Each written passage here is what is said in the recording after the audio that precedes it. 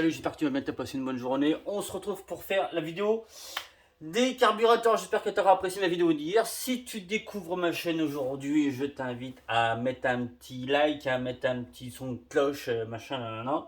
Comme ça, le plus on fera, le mieux ce sera. Voilà. Donc, on va faire la vidéo sur le carburateur parce qu'il y a d'autres personnes qui m'ont demandé. Oui, ils m'ont dit oui, vas-y, oui, vas-y. Donc, alors.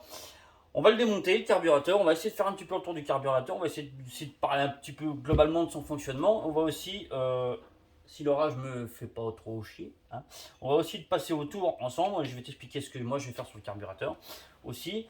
Mais j'espère que l'orage va pas non plus faire chier, parce qu'il est, il est de retour, et parce que j'ai pas envie de cramer une machine. Tu vois ce que je veux dire? Déjà que ça m'a cramé la télé, ah oui mais la grêlon, un orage d'avant, la télé, la box, le machin. En ce moment, les orages, ça y va. Cette année, c'est la balle. C'est de la balle. Donc on va démonter le carburateur, on va essayer de faire le tour du carburateur, des pièces qu'il y a existantes, enfin qui sont donc des pièces existantes dedans.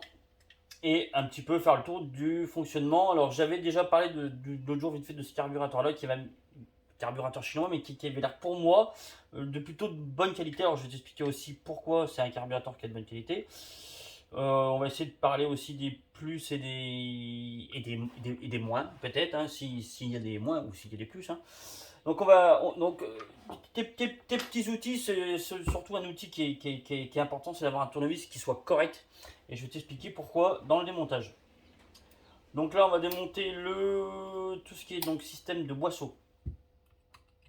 Le boisseau, si tu ne sais pas c'est quoi un boisseau, peut-être qu'il y en a plein, ils savent, hein, mais il y a peut-être des novices, ils ne savent pas. C'est pour ça que je vais essayer d'expliquer. Je vais essayer peut-être un petit peu podologue et puis d'expliquer ça pas trop mal, tu vois. Je vais essayer. Hein. Donc là, tu as ton petit chapeau avec ton petit ressort et ton petit guide. Là, tu as l'aiguille. Donc tu as plusieurs types d'aiguilles. Hein. Là sur ces carburateurs là, c'est pas marqué le type d'aiguille que c'est. Hein, des carburateurs chinois, donc je pense pas que ça soit marqué dessus. Voilà. T'en as qui sont.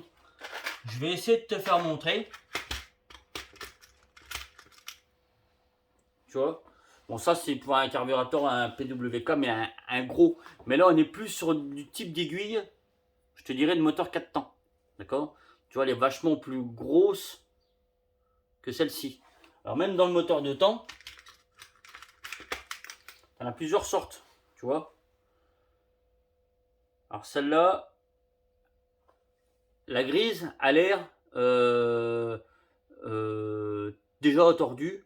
Elle est tordue, c'est pour ça qu'elle est dans le tiroir là. Mais elle a l'air un peu plus grosse. Sur l'en bas, tu vois, il faudrait que je prenne vraiment un pied à coulisse et puis que je vous regarde, tu vois.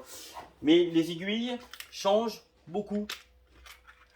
Des aiguilles qui vont apporter plus de richesse en haut et ou vice versa, un peu en fait, parce que, enfin, suivant le diamètre du cône, hein, surtout de sa longueur, je vais essayer d'être clair et précis, ça va pas être facile aujourd'hui. Suivant le diamètre en fait de ton cône qui va être changeant, hein, va plus ou moins t'enrichir ton moteur à bas ou au régime. Donc après tu as donc ton boisseau. Voilà. Alors le petit boisseau, eh ben, il a aussi des fois des petits trucs importants. Hein. Donc ça c'est le boisseau. Alors ça c'est aussi une pièce qui peut se préparer. Je te dirai après. On va déjà faire le tour du carburateur. D'accord. Donc là on a la vis d'air. Non pas la vis de richesse. C'est une vis d'air. Ou une vis qualitative. Si jamais tu as une vis, donc sur les carburateurs PWK par exemple, d'accord, où tu auras la vis qui est côté admission. C'est une vis qualitative ou une vis d'air. Je reviens. Me revoilà revenu. Ah non, mais le vent, le tempête, les orages, tout ça, ça me fait des dégâts, J'en étais donc à la vis qualitative et non pas quantitative, donc vis qualitative ou vis d'air. Non pas la vis de richesse. Tu auras une vis de richesse si jamais tu as un carburateur avec la vis côté pipe d'admission. Hein. Vis de richesse, d'accord, ou vis quantitative qui va, elle, t'apporter plus ou moins d'essence. Et elle, qui va, si tu veux, t'apporter plus ou moins d'air. Donc celle-là va te servir à, donc, en tant que vis qualitative à te régler la qualité de ton mélange. Et celle-là, quantitative, va t'apporter plus ou moins d'essence dans ton mélange. Voilà. Donc là, on a la vis de ralenti. Donc tu vois, donc tu peux trouver des carburateurs chinois avec une vis de ralenti en plastique de très mauvaise facture, d'accord. Pour la vis donc d'air, qui a gage de qualité des carburateurs chinois, c'est que tu auras un petit joint torique. Donc soit ici en fait au niveau de la vis ici, ou alors soit au bout de ton ressort, donc tout au fond de ton carburateur, tu as ton ressort et tu peux avoir un petit joint. D'accord. Bon là c'est pas le cas, là, le joint il est sur ta vis. Tu as des carburateurs chinois, tu as deux joints ni là ni là-bas. Donc là tu sais que ben, c'est carburateur chinois qui va être de moins bonne qualité. Donc il va dire que tu auras des réglages qui vont être approximatifs, vraiment. Donc là non, c'est plutôt bien. Hein, tu as un carburateur chinois mais qui est pas trop mal, tu vois.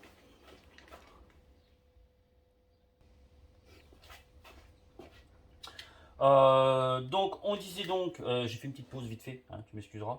Donc là on va démonter donc après la cuve de carburateur.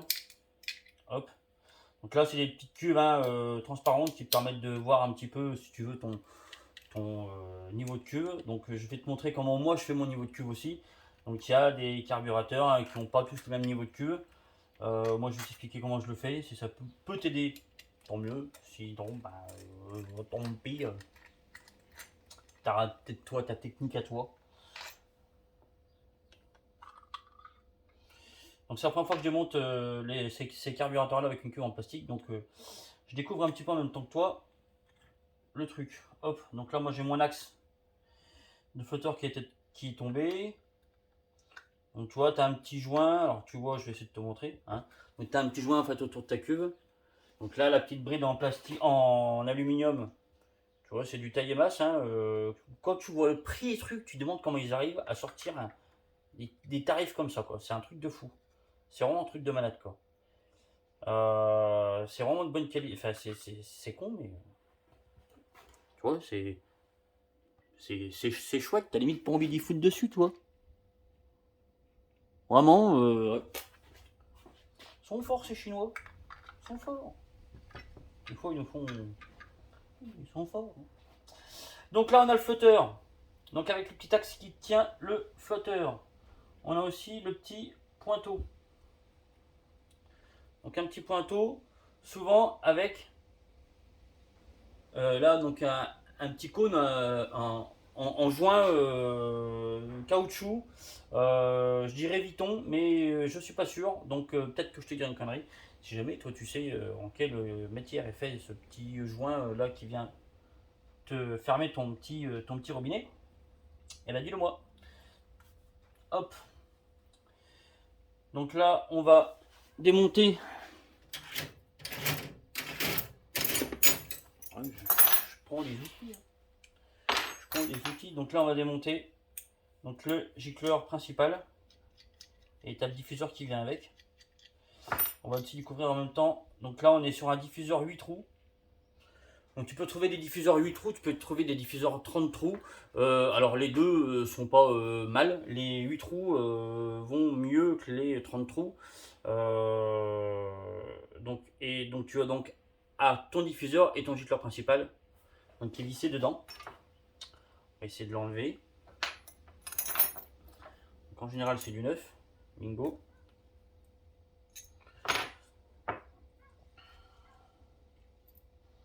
Et donc ton gicleur principal qui est là. Donc tu vois, qui est ici et qui est un 105. Tu as donc aussi là après un gicleur de ralenti. Alors d'où prendre un tournevis hein, de bonne qualité. C'est déjà pour pas abîmer ta vis, enfin ton gicleur. Hein, et d'avoir un tournevis des fois qui est un peu daubé quand tu vas mettre ou enlever tes gicleurs. Tu peux arriver, je l'ai déjà vu, c'est pour ça que je te le dis, c'est pour ça que je me permets de te le dire, c'est que tu as des petits bouts de ton tournevis qui va être tout daubé, du coup, qui vont venir abîmer ton gicleur, hein, et qui peut venir boucher ton gicleur de ralenti. Ça, je l'ai déjà vu, où tu te demandes d'où, pourquoi ça vient, pourquoi tu bouges tout le temps ton gicleur. En fait, ça vient juste que tu as utilisé un tournevis pourri et qui, du coup,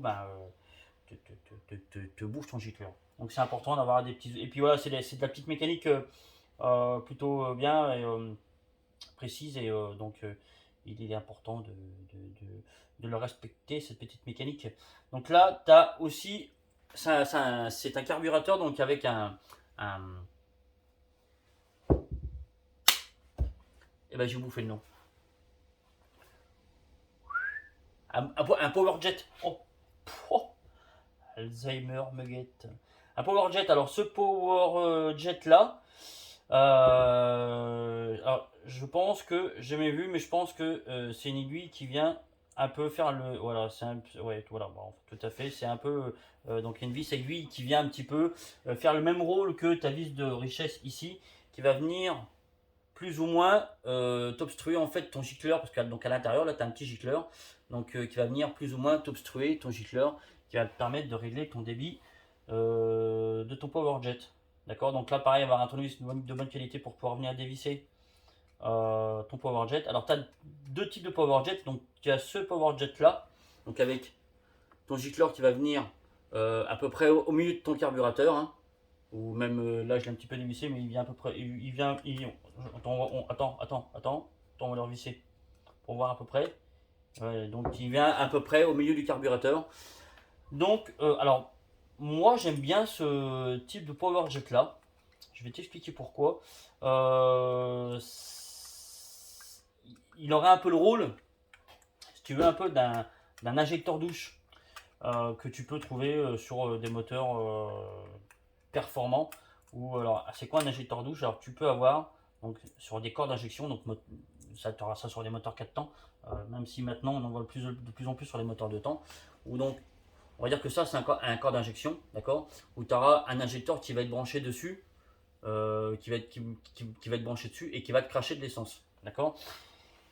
Et il y a des corps d'injection, il y a des moteurs, donc où tu as ton corps d'injection comme ça, avec ton injecteur qui est pris dessus, qui va venir te cracher de l'essence dedans, et avec au-dessus, un deuxième injecteur, donc qui s'appelle un injecteur douche, et qui ressemble un petit peu en fait à ça. Hein. Donc une aiguille, donc soit comme ça, clairement, soit comme ça, qui va venir te cracher de l'essence.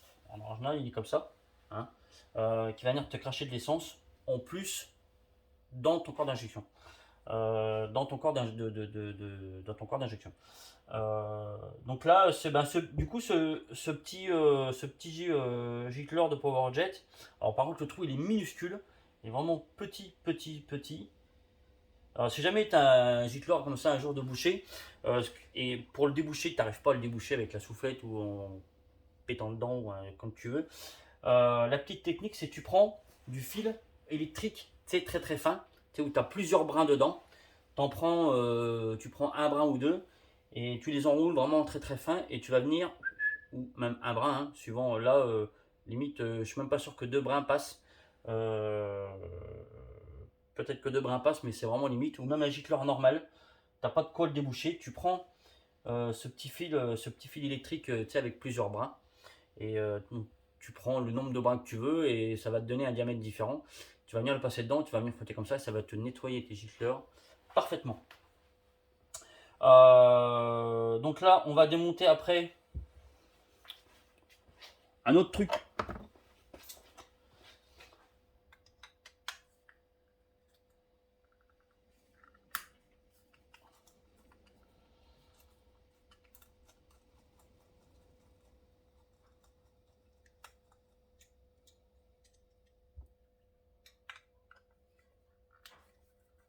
Et il y a quelqu'un qui me dit, ah, dis donc, t'as grossi. C'est ça, bah, je dis, ouais, quand tu passes 40 ans, tu grossis. Il dit, ah, c'est pas tous les hommes qui grossissent. Ah, je dis, ouais, mais le problème, c'est que je tape un peu dans la tablette de chocolat, tu vois. Alors, autant je bois pas d'alcool, quasiment pas. Par contre, j'aime bien le chocolat. Ça, donc ça va être ton porte, on va dire, gicleur de ralenti et porte diffuseur et porte gicleur principal. Et donc, aussi, le fonctionnement de ce petit truc, c'est que donc dans ton gicleur de ralenti qui va venir se prendre ici, je sais pas si tu vois bien. Oh, donc, dans ton gicleur qui vient se prendre ici, d'accord. Donc là, tu as un petit conduit, tu vois, où l'essence va être recrachée ici, d'accord. Ça passe là, d'accord. Et après, tu vas venir recracher.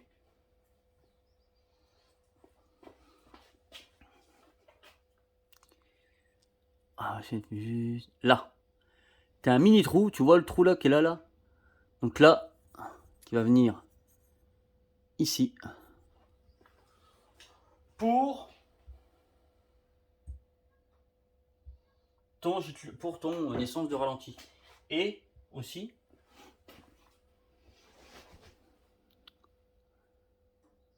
si tu vois bien, ici tu as un tout petit trou aussi. Donc ton essence sur ton gicleur de ralenti va cracher et ici, là et là.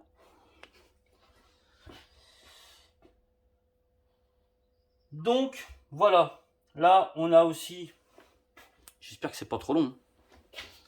Si c'est trop long, tu me dis non, t'es un peu long. Je sais pas si on va pouvoir faire. Je vais peut-être pas te filmer la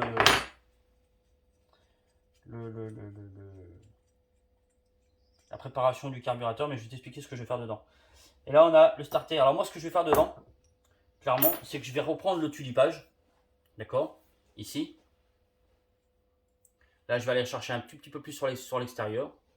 Ici, tu vois, là, on a une petite bande. Voilà, on a une petite bande, d'accord. Donc, je vais venir au plus large, d'accord, pour travailler, pour reprendre le tulipage. Je vais aussi reprendre l'intérieur. Et je vais aussi, là, du coup, moi, je garde. Donc là, on est sur un diamètre 26, donc du carburateur. Donc moi, là, je garde le diamètre ici, donc au niveau, là, entrée là, donc à 26. Par contre, je vais venturiser, donc du milieu ici, à la sortie, d'accord, à 28. Donc ce que je vais faire, c'est que moi sur mon tour, je mets un angle de 1 degré, d'accord, et je viens avec ces 1 degré, si tu veux, retravailler tout mon conduit ici, là, donc pour arriver au diamètre final à 28. Voilà. Et là, le tulipage, je le modifie, comme je viens de t'expliquer là à l'instant. Je vais venir chercher au plus large, d'accord, et modifier aussi, si tu veux, le conduit pour accélérer le plus possible le, le passage de l'air. Voilà.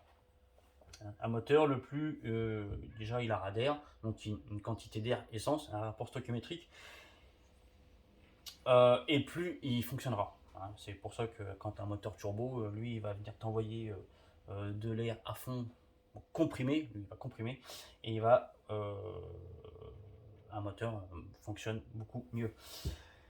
Voilà, alors je vais t'expliquer aussi ce que je vais faire ce que je fais aussi sur les boisseaux. Alors sur les boisseaux, ici tu veux, là tu as un léger angle, mais il est quasiment, sur ces carburateurs là, il est quasiment inexistant. D'accord, l'angle ici là.